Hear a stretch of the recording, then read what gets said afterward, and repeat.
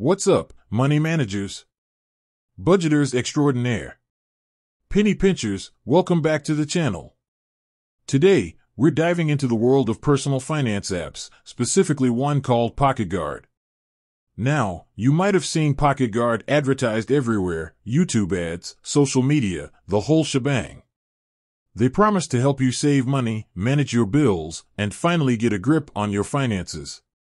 But here's the question that's been nagging at me: is PocketGuard actually free? The hook, free with a catch. Because let's be honest, in the land of finance apps, free can be a bit of a slippery slope. There's always a catch, right? Hidden fees, limited features stuck behind a paywall, the whole bait and switch. So, is PocketGuard the real deal, or is it just another app dangling the free carrot to lure you in? Breaking down PocketGuard's features. Well, to answer that, let's crack open the hood of PocketGuard and see what it's got under the hood.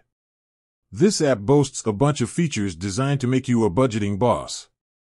We're talking about bill tracking, keeps tabs on your upcoming bills, due dates, and even helps you predict future expenses. No more scrambling to avoid late fees. Subscription tracker, we all know those sneaky subscriptions that love to drain our accounts. PocketGuard identifies them, tracks them, and even helps you cancel the ones you don't need. Spending categorization, no more wondering where your money goes. PocketGuard automatically categorizes your spending, so you can see exactly where your hard-earned cash is flowing. Budgeting tools, set spending goals, track your progress, and get alerts when you're about to overshoot your budget.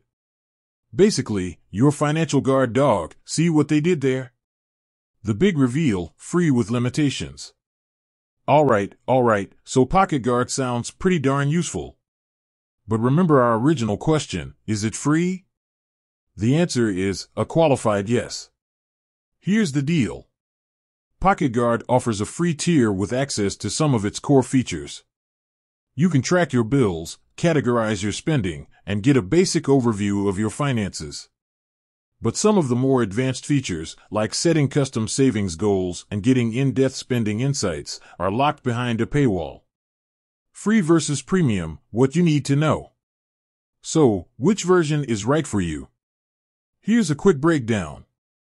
Free tier, perfect for casual budgeters who want a simple way to track their bills and spending. Premium tier, PocketGuard Plus. This is where things get interesting.